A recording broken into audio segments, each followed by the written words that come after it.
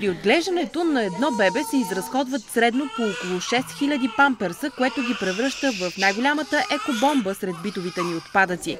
Твърденията на световните учени се подкрепят и от наши специалисти, тъй като много от пелените за еднократна употреба са произведени от материали, които се разграждат за 500 години. Обикновено в света тези материали се събират отделно от останалите отпадъци битови. Памперса по принцип съдържа, ето виждате, тази част се състои от няколко вида полимерни маси, които трудно биха могли да бъдат разградени в почвата, ако не се разкъсат на подходящи части.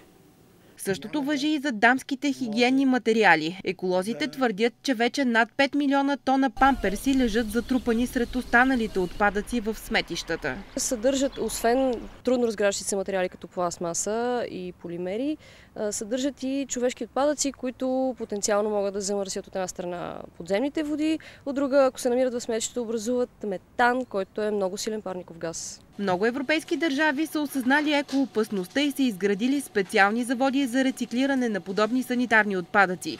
Целулозата отива в бита, а от биологичния материал се правят добавки за торене. Американски изследователи пък са открили плодотворната страна на използваните памперси и си отгледали в тях ядливи гъби, които след това консумирали.